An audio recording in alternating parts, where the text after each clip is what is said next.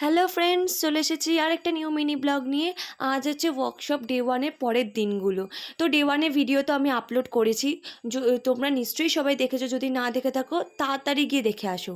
তো আমি কলেজ ক্যাম্পাসে এসে যাই, এসে দুই সখীর সাথে দেখা যায় যে এক সখী একটু হেসে নিল, এই যে আরেক সখী। তো এরপরেই আমরা ঘরে চলে যাবো। ঘরে গিয়ে এই যে ম্যাম বুঝিয়ে দিয়েছিল কী করতে হবে। ইনি হচ্ছে আমাদের কলেজের প্রফেসর এবং কোন গোপনে মন বেঁচে সিরিয়ালের বিখ্যাত সিরিয়ালের ঠাকুমা। তো এরপরে আমাদের ক্যামেরা চলে আসে, এসে স্যার বুঝিয়ে দিয়েছিল কী করতে হবে না করতে হবে।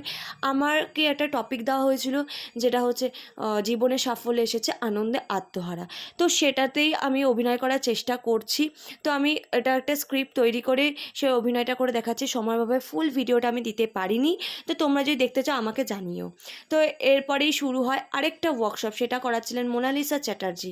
ইনি হচ্ছে রবীন্দ্রভারতী বিশ্ববিদ্যালয়ের নাটক বিভাগের প্রফেসর। তো এইভাবেই দিনটা শেষ করলাম আজকে। দেখা হচ্ছে নেক্সট ব্লগে। এখনকার জন্য টাটা।